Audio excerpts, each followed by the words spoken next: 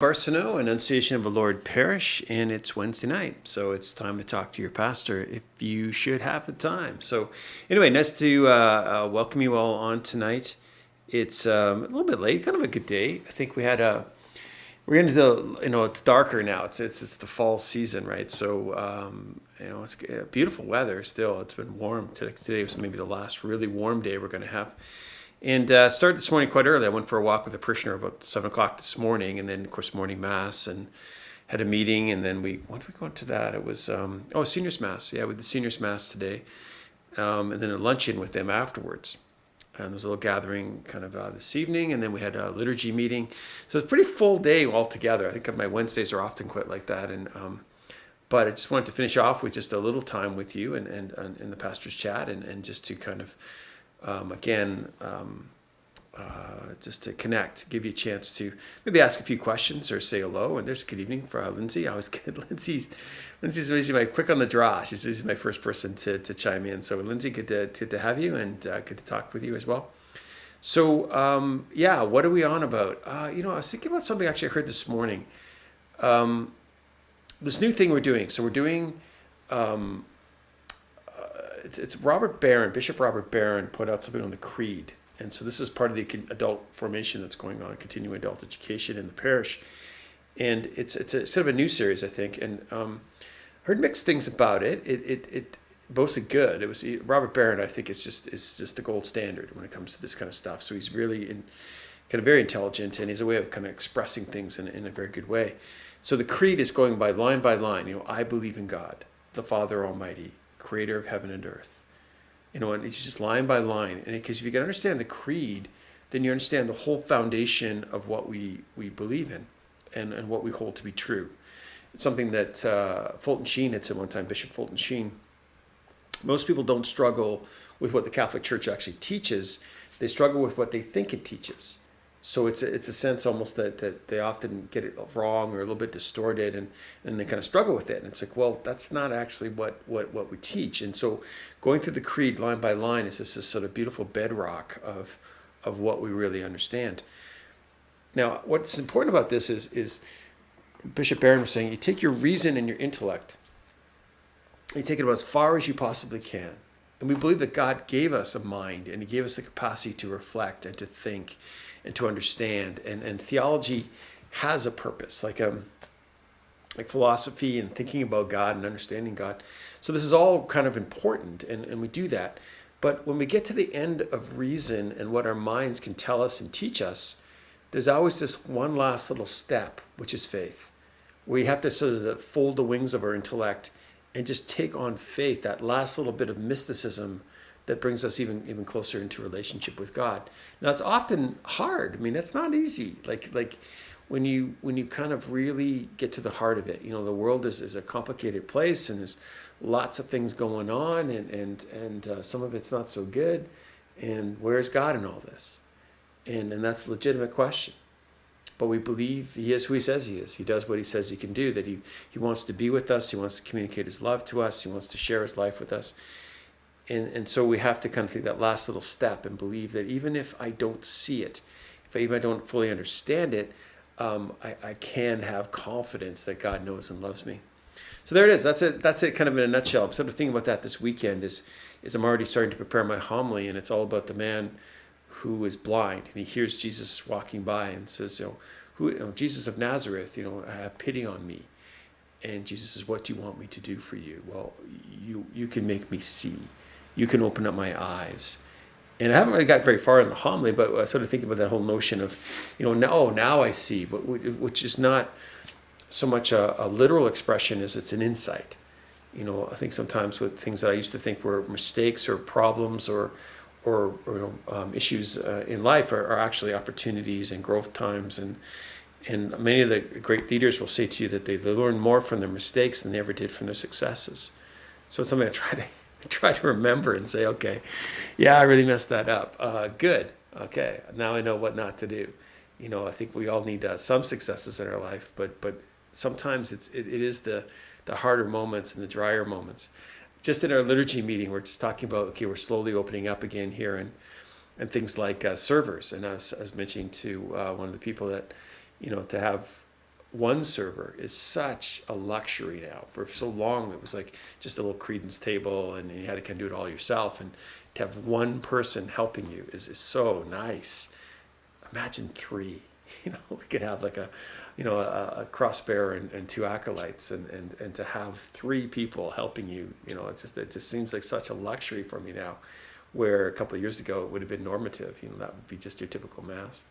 Interesting stuff, eh? So it's stuff to think about. Like sometimes it's that time in the desert that helps us to appreciate even the simple thing of a cup of water and a few dates, and life is good. Where back in Egypt, it took a little bit more than that. So there we are. So I don't know if you have any questions, anything you want to chime in, like Jeff and Mark. Always good to see you as well. Been kind of mulling over here. We're having some diocesan meetings here. We have one tomorrow, which is kind of just a general meeting for people, clergy and people who work for parishes.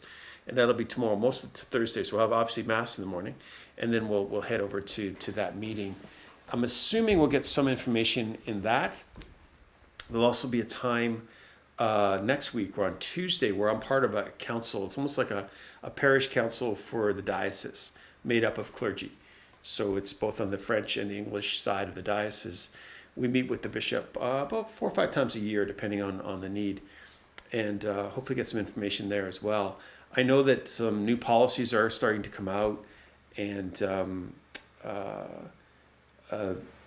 the kind of new policies around vaccinations and how that's going to affect Mass and who's coming and who's not coming, and I don't have any answers to that yet, because I haven't heard yet from the diocese. I'm not sure what approach they're going to take. I know that Toronto is had kind of a policy. I think there's some stuff coming out in another diocese now too. So I really don't know. And so we're trying to set up now for into Advent and the Christmas season what that could look like. So there it is. So why has God not forgiven Satan? That's an interesting question. Jeff, I haven't got maybe a simple, easy answer for you, other than it's not so much God forgiving Satan as Satan being separated from God. And you have to receive that forgiveness and put ourselves under that lordship of God.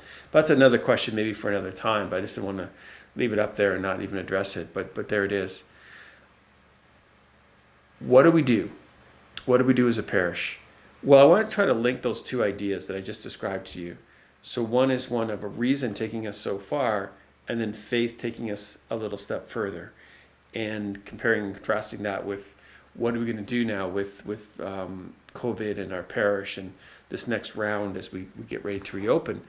And I think that's the two things. It's going to take a little bit of faith and a little bit of humility and a little bit of charity to get past this next round, and that we would be kind of well connected, right? And still not lose that unity of us as a parish, as a church. And I fear for that, because I do have a sense that we're probably more divided in some ways than we've been, and certainly in my priesthood.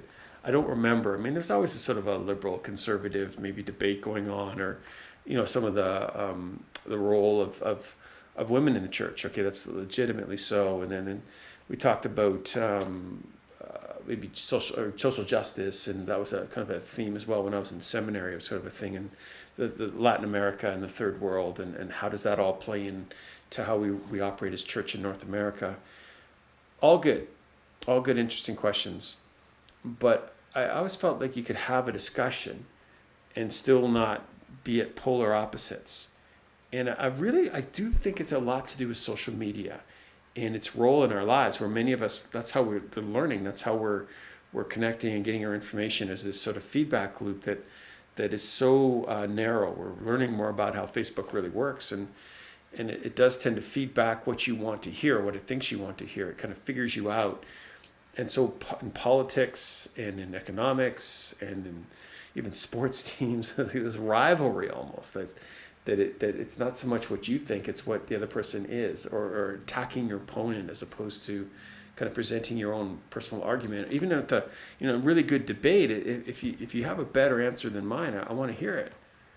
I think it's important. I think it's good to be able to do that, where it doesn't seem to allow that much anymore. It's just like almost like this sort of attack mode and cancel culture. And we've heard those words, but I'm seeing it within church and within even within the parish, and it's disheartening, Because at the end of the day, we're it. This is it. This is the group of people that we have to do this together. You know, I remember that line from the movie Gladiator when they're in the arena and there's banging at the door, and they're gladiators. They're basically there to fight until they die, which is not a great outcome for your life. And it's Russell Crowe, his character, says to the others, whatever comes through that door, we're going to do better if we stay together. You just have to be convicted of that. And that's the whole Roman legions, right? That's how they operated. That's why they were so successful, is they fought and worked together. And whatever you might have thought of the guy back in the barracks, or maybe he said something he didn't like, or maybe he's got bad breath, or maybe he's standing on your foot, but he's still a fellow soldier in this, and his shield overlaps with your shield, and this is the protection that we have as we go into these encounters that are life-threatening. So in that situation of to love and to pray for each other, and to really try to embrace the overall vision of the parish and of what it is to be Catholic. So there it is, for what it's worth. After a long day, it's just kind of, I just had a couple of emails just before I went online, and it does bother me a little bit to think about, okay, where are we, and how do you get your head around all this, and not so much even the question of vaccines, but how it's being implemented, and the leverage that's being used, and where does that fit into our overall vision of church and people's freedoms. And I don't have an answer for all of that. And I don't think I'm going to try to do that online, at 8:30 on a Wednesday night. But let's try to remember that. In the end of the day, when it's all said and done, let's go 50 years from now. Most of the people that are hearing my voice right now won't be on this planet anymore. I certainly don't plan to be around in 50 years. I don't think I'll even make it 25. I might make it 10. So where am I going to be? Well, my faith tells me that I'll be in eternity with God, and hopefully with most, if not all of you. So why wouldn't I be preparing for that? By trying to find out who you are. If I'm going to spend the rest of my eternity in the presence of the Lord and the people that I worship with, then surely to God I can start to practice that now, and with respect and with true charity. Now, it doesn't mean everyone's equal and everyone's got it right. I don't think that's what we have to say, but some sort of utopian, that's not what I'm talking about. But it's more the sense that we all have an innate dignity, and there are different variations on this, and trying to understand the other and make that first step, and to be the better person, and to draw others into the same. When we finish on that, I've used it a number of times. I may be getting tired of hearing it, but to be a saint is to be consistently what anyone could do occasionally. So to consistently choose the good for the other, and to see the best, and to assume the best. So I'm going to leave you with that tonight. Maybe we'll do that in a bit of a prayer. So Lord, whatever it goes on now, however this unfolds, however these next few months and maybe the rest of this year could be, we're still probably in some version of this, that we would seek the best in each other, and truly and heroically choose to love, and to assume the very best motives. People are generally good, and they need to be honored, and they need to be heard, and I think we need to do that ourselves. But as they say, the old saying that you have 2 ears and one mouth, and it's kind of good to use them in proportion. Maybe it's a thought for the night. So anyway, Lord, watch over, guide, and protect you. Saints and angels intercede for you. May our Blessed Mother indeed wrap you in the mantle for peace. And may Almighty God bless you now, this night. Father, Son, and Holy Spirit. Amen. Rest in peace, my good friends, and we shall see you in church.